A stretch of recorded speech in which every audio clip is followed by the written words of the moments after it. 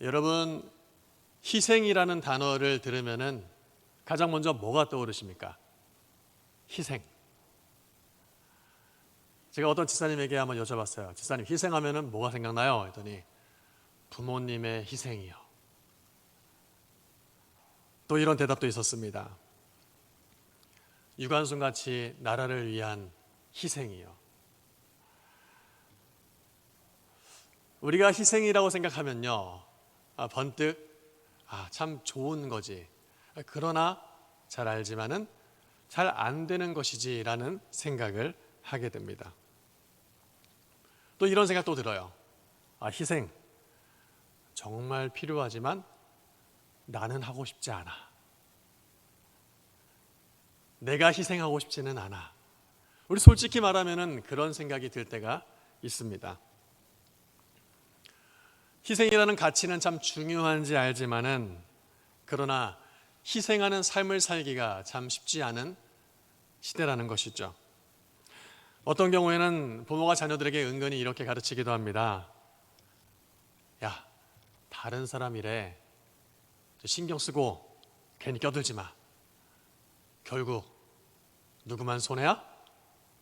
너만 손해야. 다른 사람 일에 자꾸 참견하지 마. 결국 너만 손해야. 여러분, 이 시대가 왜 그렇습니까? 주변을 돌아보기에 참으로 너무나 바쁜 시대를 살아가고 있고, 내 앞가림을 하기도 너무나 버거운 시대를 우리는 살아가고 있습니다. 다른 사람을 위한 희생을 오지랖처럼 여기는 시대를 우리가 살고 있기 때문에 그렇습니다. 그러나 시대가 아무리 그렇다 할지라도 우리는 어떤 삶을 살아야 됩니까? 희생하는 삶을 살아야 됩니다. 왜 그렇습니까? 하나님께서 그렇게 살라고 우리에게 말씀하고 계시기 때문에 그렇습니다. 에베소서 5장 2절 말씀에 이렇게 기록하고 있습니다. 그리스도께서 너희를 사랑하신 것 같이 너희도 사랑 가운데서 행하라. 그는 우리를 위하여 자신을 버리사 향기로운 제물과 무엇으로? 희생 제물로 하나님께 드리셨느니라. 하나님께서 우리에게 희생하는 삶을 살라고 말씀하시는 것은 바로 우리 주님께서 누구를 위하여? 우리를 위하여 친히 희생 제물이 되셨기 때문에 그렇습니다. 그래서 우리도 이 예수 그리스도를 통해 거듭난 우리도 예수님처럼 희생하는 삶을 살아야 합니다. 높고 높은 하늘 보좌에 계신 우리 하나님, 천지를 창조하시고 모든 우주 만물을 다스리시는 그 하나님, 그 하나님께서 그 사랑하는 독생자들 예수 그리스도를 누구를 위하여? 바로 저와 여러분들을 위하여 희생 제물이 되게 하셨다는 것입니다. 정말 놀랍지 않습니까? 저만 놀랐군요. 정말 감동이 밀려오지 않습니까? 저만 감동이 밀려오는군요.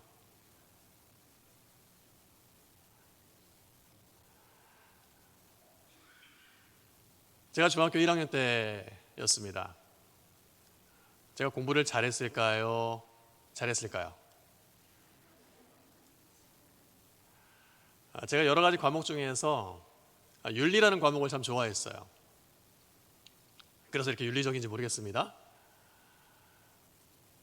사실은 영어 수학 과목을 좀 좋아했어야 되는데 윤리를 좋아했는데 윤리 선생님이 너무너무 재미있게 수업을 잘 가르쳐 주시는 거예요. 그래서 어떤 과목보다 이 윤리 과목이 점수가 참 잘 나왔습니다.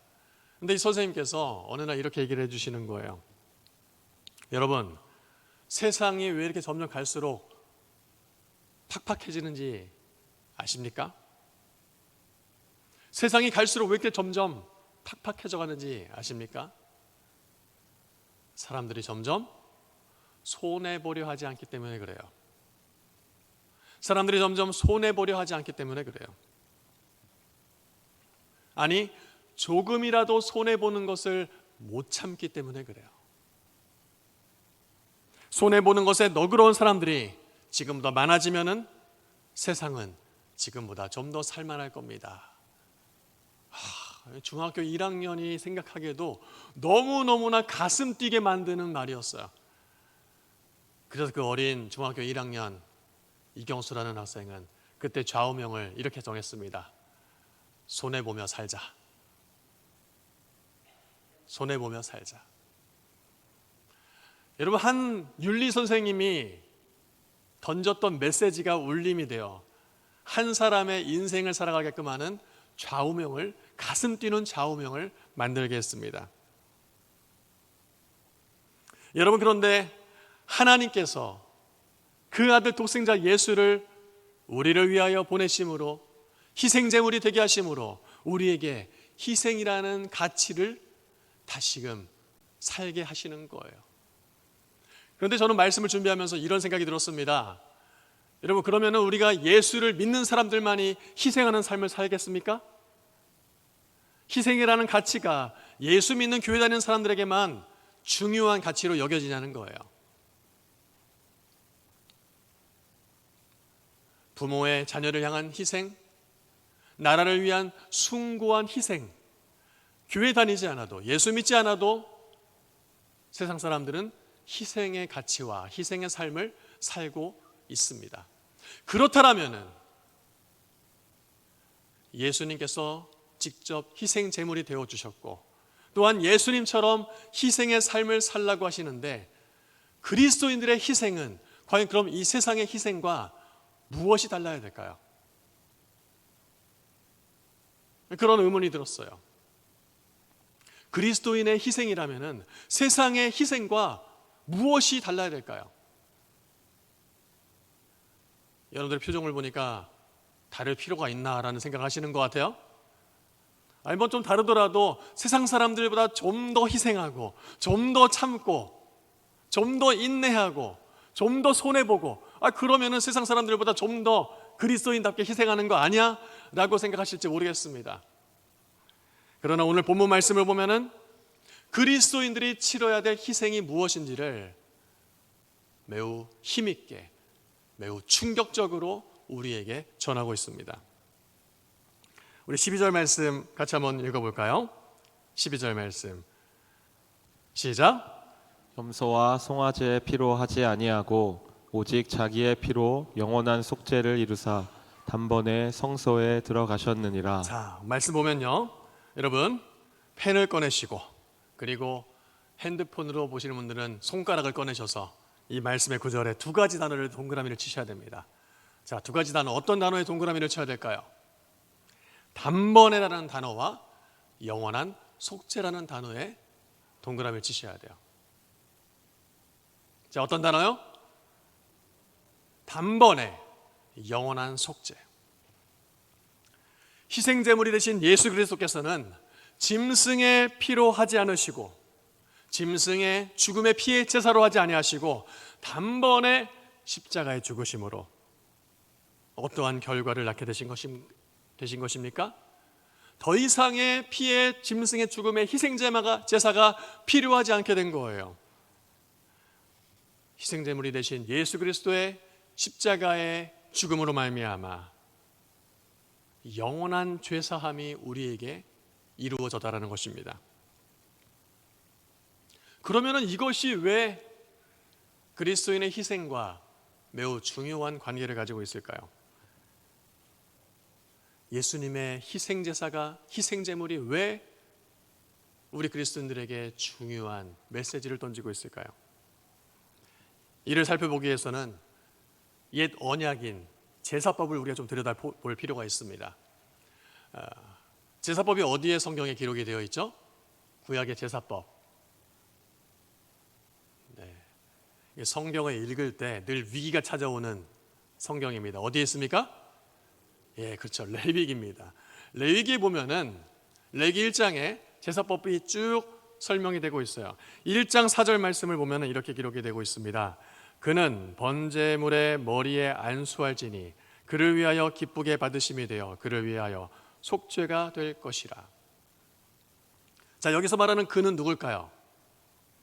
제사를 드리러 오는, 그래서 이 제사를 위해서 희생 제물, 짐승을 데리고 오는 예배자입니다. 자, 그 예배자가 제사를 드리기 전에 어떻게 해요? 짐승에게 안수를 합니다. 누가 안수를 한다고요? 제사장이요. 제사장이 짐승의 머리에 안수를 해요. 그가 아니라 이 그는 누구라고요? 예배자. 그러니까 자신의 죄를 속죄하기 위해서 온 이 예배자가 그 짐승의 머리에 안수를 합니다. 그리고 이 안수는 무엇을 의미합니까? 나에 있는 이 죄가, 끔찍한 참혹한 죄가 이 짐승에게, 희생 제물에게 전가된다는 것을 의미를 해요.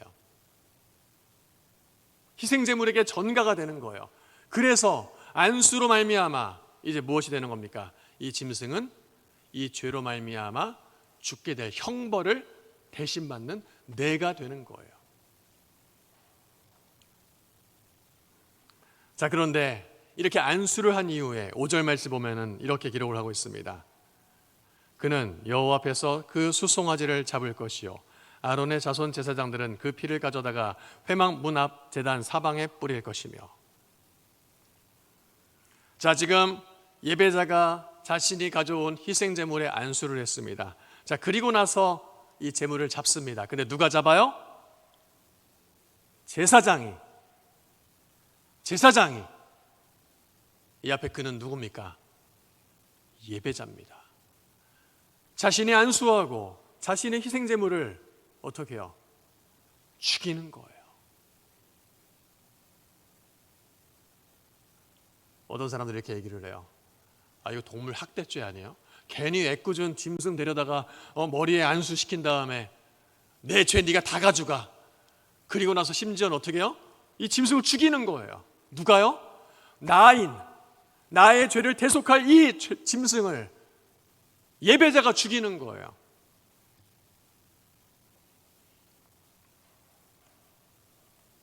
그래서 이 레위기 제사법을 보면은 예배자와 제사장의 역할이 매우 분명하게 구별이 되었습니다.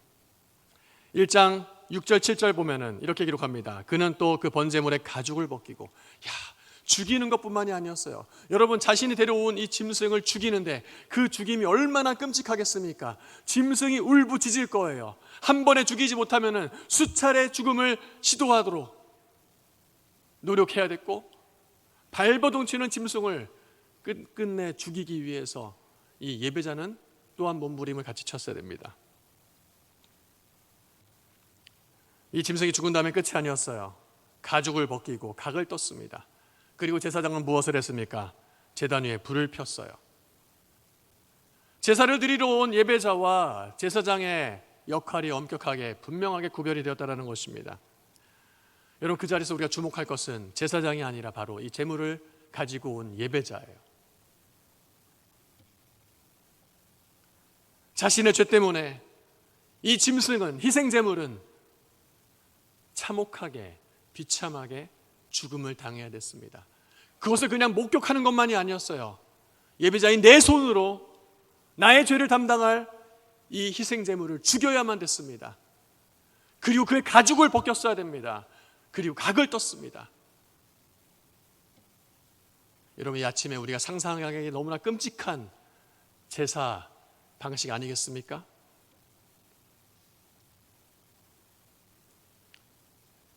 고막을 찢는 짐승의 울부짖음이 가득했을 것입니다. 코를 진동하는 피비린내가 진동했을 것입니다. 그것이 바로 구약의 제사의 자리였습니다.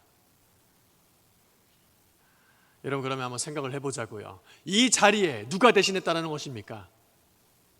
예수님께서 직접 친히 희생제물이 되셨다는 거예요. 왜요? 저는 이 말씀을 묵상하면서 오늘 설교를 준비하면서 이런 생각이 들었어요. 나라는 인간을 생각할 때 굳이 예수님이 십자가를 지지 아니하시고 희생제물이 되지 아니하시고 지금도 우리가 구약의 예법대로 우리의 죄 때문에 짐승 희생제물을 데리고 와서 그 머리에 내가 안수를 시키고 그 짐승을 내가 죽였다라면은 죄를 억제하는 이 억제의 효력은 예수님의 십자가보다, 단번에 이룬 희생제물보다 오히려 매번 나의 죄 때문에 죽어야 될 짐승을 바라보면서, 아니 그 짐승을 내가 죽이면서 다시는 죄짓지 말아야지. 내가 이제 이거 끝내고 나면은 이 죄는 내가 해결해야지. 여러분, 그러면은 예배자는 결국 무엇의 메인 삶이 되는 것입니까? 죄의 메인 삶이 되는 거예요.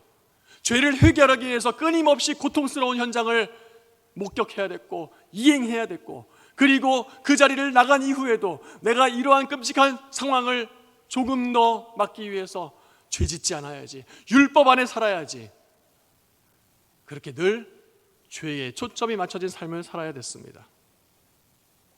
그런데 이러한 효과적인 방법을 뒤로하고 예수님께서 직접 희생제물이 되셨다는 거예요.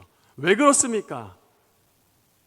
우리의 삶이 죄와 씨름하는 삶으로 점철되지 아니하고, 율법을 어기지 않기 위한 노력에 집중하는 삶이 되지 않게 하고, 매번 제사를 드리면서 짐승의 울부짖음과 그 자리에 낭자한 피를 바라보면서 고통스러워하지 아니하고, 죄의 무서움을 느끼지 아니하고, 과거의 죄를 후회하면서 미래의 죄 때문에 염려하지 아니하고, 이제 그 예배자의 시선을 다르게 바꾸는 것이었습니다.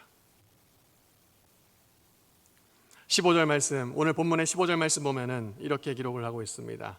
같이 함께 한 목소리로 읽겠습니다. 이로 말미암아 그는 새 언약의 중보자시니 이는 첫 언약 때에 범죄한 죄에서 속량하려고 죽으사 부구심을 입은 자로 하여금 영원한 기업의 약속을 얻게 하려 하심이라. 여러분 잘 보십시오. 예수 그리스도의 희생의 의미가 무엇입니까? 부르심을 입은 자로 하여금 무엇을 얻게 하기 위함이다? 영원한 기업의 약속을 얻게 하시기 위해서 친히 희생제물이 되셨다는 거예요. 매번 희생제물을 데리고 와서 안수하고 내가 죽여야 되고 이렇게 죄와 씨름하는 삶이 아니라, 이제는 예배자로서, 부르심을 입은 자로서 영원한 기업의 약속을 얻게 하시기 위해서 우리의 인생의 존재를 완전 뒤바꾸신 거예요. 죄와 씨름하면서 죄 때문에 전전긍긍하면서 살아가는 삶이 아니라, 이제 너에게 영원한 기업의 약속이 있다. 그것을 얻는 삶, 그 영광스러운 삶을 살아라. 물론 예수 그리스도의 십자가의 대속이 우리의 죄를 속량하는 영원한 속량의 의미도 있지만, 그러나 죄가 아니라 이제는 영원한 약속의 기업을 바라보며 살게 하시는 은혜가 이 예수 그리스도의 희생 제물의 의미가 담겨져 있다는 것입니다. 그래서 이 영원한 기업의 약속이 무엇입니까? 우리가 잘 알고 있는 말씀이죠. 요한복음 3장 16절 말씀입니다. 하나님이 세상을 이처럼 사랑하사 독생자를 주셨으니 이는 그를 믿는 자마다 멸망하지 않고 무엇을 얻게 하려 하심이라? 영생을 얻게 하려 하심이라. 여러분, 우리는 죄와 씨름하는 존재로 더 이상 살아가는 것이 아니에요. 무엇을 바라보며, 무엇을 꿈꾸며, 무엇을 누리며, 영생을 바라보며, 영생을 꿈꾸며, 영생을 누리며 살아가는 삶이 되도록 예수 그리스도께서 십자가를 지셨다는 것입니다. 그래서 예수 그리스도의 십자가의 희생은 영원을 위한 희생입니다. 영생을 위한 희생이에요. 그래서 우리 그리스도인들이 가져야 될 희생은 그럼 무엇이라는 것입니까? 세상 사람들처럼 그저 조금 더 인내하고 조금 더 손해보고 조금 더 참고, 물론 그것도 우리에게 필요한 삶입니다. 그러나 예수 그리스도의 희생은 우리의 희생이 된 것입니다. 그래서 우리 또한 무엇을 위한 삶이요? 영원한 기업의 약속을 받기 위한 희생의 삶으로 나아가야 된다는 거예요. 십자가 복음을 위한 삶, 십자가 복음을 위한 희생, 이것이 바로 그리스도인들이 세상 사람들과 다른 본질적으로 다른 희생의 삶의 모습이라는 것입니다. 여러분, 세상 사람들이 흉내내고 싶어도 흉내낼 수가 없어요. 영원한 십자가 복음을 위한 희생의 삶을 살 수가 없어요. 왜? 그것의 가치와 그것의 의미를 알지 못하기 때문에요. 그러나 우리는 알고 있습니다. 이번 새벽만 하더라도 고난주간에 매일 아침마다 십자가의 길의 의미가 무엇인지를 우리는 되새겼습니다. 그리고 이 십자가의 길을 위해서, 십자가 복음을 위해서 그 영원한 기업의 약속을 바라보면서 희생하는 것이 바로 그리스도인에게 요구되는 희생이라는 것입니다. 세상 사람들은 선한 양심, 높은 도덕성의 수준, 성숙한 인격, 이러한 이타심이 동기가 되어서 희생을 합니다. 도움이 필요한 누군가를 위해서 내가 희생해야지 하고 희생한다라는 거예요. 그러나 그리스도인은 이것은 물론이거니와 십자가 복음 앞에 영생의 약속을 위한 희생을 우리는 치러야 된다는 것입니다. 영원한 것을 위해서 우리는 아낌없이 내어주는 희생을 치러야 된다는 것입니다. 세상의 희생은 그래서 무엇이 기준이 됩니까? 내가 기준이 됩니다. 나의 선한 양심, 나의 수준 높은 도덕성, 인격, 이타심, 이것이 세상의 희생의 기준이에요. 그러나 우리의 희생의 기준은 나에게 있지 않습니다. 어디에 있습니까? 예수 그리스도에게 있고 예수 생명, 복음인 십자가의 기준이 있다는 거예요. 여러분, 그러니까 이 교회 안에 모인 우리 교회 공동체가 세상과는 비교할 때 다를 수밖에 없는 이유가 바로 여기에 있는 것입니다. 세상과 똑같을 수가 없는 것입니다. 왜냐하면 우리는 예수 그리스도의 희생을 본받아 영원한 기업의 약속을 바라보면서 십자가 복음을 위해서 희생하기를, 기꺼이 내어주기를 우리 모두는 다짐하고 약속하며 살아가는 사람들이기 때문에 그렇습니다. 쉽게 얘기해서 영원하지 않은 것을 가지고 우리가 목숨 걸며 살 필요가 없다라는 거예요. 여러분, 신앙생활 하면서도 우리가 영원하지 않은 것 때문에, 그 사소한 것 때문에 목숨 걸며 살 필요가 없다라는 거예요. 그러나 교회 안에도 사소한 것 때문에 목숨 걸며 살아가는 사람들 정말 어렵게 찾아볼 수 있는 것 같아요. 정말 어려워요, 그걸 찾아보기는.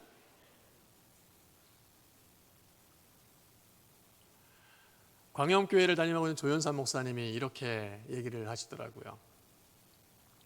예전에 광염교회라는 이름 전신이 감자탕 교회였어요. 감자탕 교회를 개척을 하고 나서 교회가 열심히 사역을 하고 막 하니까 교회가 점점 부흥하는 거예요. 근데 점점 부흥하면 열심히 사역할수록 교회 안에 자꾸만 다툼이 일어나고 분란이 일어나더래요.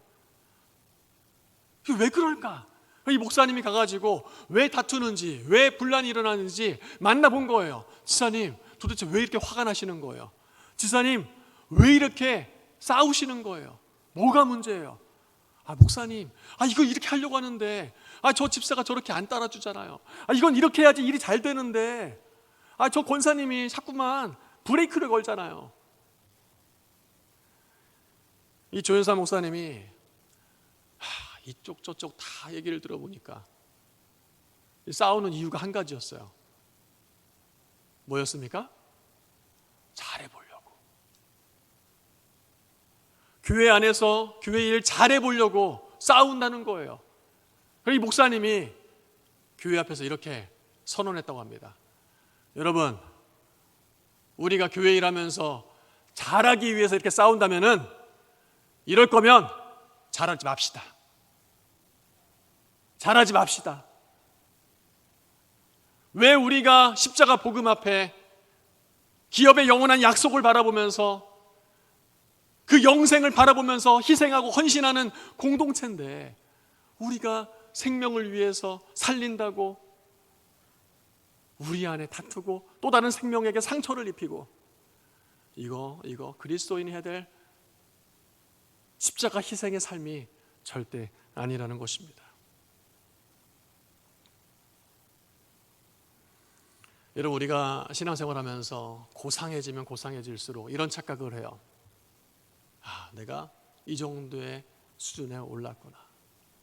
나 정도면은 그래, 하나님께서 이뻐하실 만하지. 이렇게 열심히 하는데, 여러분, 그런데요, 착각하지 마십시오. 물론 예뻐하셔요. 열심히 하면 더 예뻐하시겠죠. 그러나 그 예뻐하시는 것에 차이가 얼마나 클까요? 크지 않습니다. 왜 그렇습니까? 로마서 5장 8절 말씀이 그 차이가 없음을 이렇게 설명하고 있어요. 로마서 5장 8절 말씀에 우리가 아직 무엇이 되었을 때? 정말 열심히 봉사하고 헌신하고 희생했을 때, 예수 잘 믿고 하나님 잘 믿었을 때? 아니에요. 우리가 아직 죄인이었을 때 그리스도께서 우리를 위하여 죽으심으로 하나님께서 우리에게 대한 자기의 사랑을 확증하셨느니라. 여러분, 우리가 아직 죄인 되었을 때라니까요. 볼품없고 구제불능인 우리였던 그 신분을 바라보시면서 우리가 죄인인 그 상황에 있을 때에 그리스도께서 우리를 위하여 죽으셨고 하나님께서 우리에 대한 주님의 사랑을 확실하게 증명해 주셨다는 거예요. 그런데 여러분, 우리는 어떻게 헌신하고 있습니까? 야, 내가 이렇게까지 헌신했는데 저거 하는 것 봐. 내가 괜히 희생했네. 여러분, 자꾸 우리는 우리가 섬기는, 우리가 희생하는 대상을 바라보면서 나의 희생의 가치를 떨어뜨리는 거예요. 여러분, 그럴 필요가 있습니까? 없죠. 왜요? 예수님조차, 하나님조차 우리가 죄인된 그 모습을 바라보시면서도 기대할 모습도 없지만은 구제불능이지만은 그러나 그런 모습에 있음에도 불구하고 그 아들 예수를 우리에게 주심으로 하나님 우리를 향한 사랑을 이미 확실하게 증명해 보여주셨기 때문에 그렇습니다. 사랑하는 성도 여러분, 예수 그리스도의 십자가의 희생의 의미는 무엇입니까?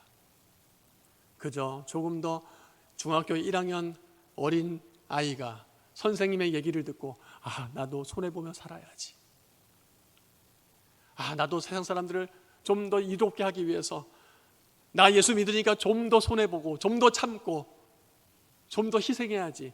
물론 좋습니다. 그러나 무엇이 빠지면 안 돼요? 십자가 복음을 위한 희생이 빠지면 안 돼요. 영원한 기업의 약속을 바라보면서 이 영생을 위한 희생의 대가를 치르지 않는 것을, 그런 삶을 살아가는 것은 우리 그리스도인의 삶이 아니라는 것이에요. 타락한 우리의 모습, 저는 아직도 제 자신을 생각하면은 예수님이 십자가 지실 필요가 없다라고 생각합니다. 이런 타락한 제 자신을 바라볼 때에 내 손으로 직접 짐승을 죽여서 피를 내고 껍질을 벗기고 각을 내야 하는 그런 참혹한 일을 경험해봐야지만이 나의 이 타락한 죄덩어리가 죄 짓지 말아야지, 죄를 멀리하기 위해서는, 죄를 억제하기 위해서는 저는 아직도 제 자신에게는 그런 짐승의 희생의 제사가 필요하다고 생각을 해요. 그러나 하나님이 그렇게 우리를 죄와 씨름하는 인생으로 살게 내버려 두지 않으셨다라는 거예요. 경수야, 그래 잘 알아. 그러나 그렇게 사는 것이 아니라 십자가 복음을 위해서 희생해버려. 이제 너는 죄를 짓지 않기 위해서 몸부림치는, 율법을 지키기 위해서 몸부림치는 그런 인생이 아니라 십자가 복음, 영원한 기업의 약속을 바라보면서 그렇게 희생하면서 살기를 바래. 내가 그것 때문에 내 아들 사랑하는 독생자 예수를 너를 위해 준 거야.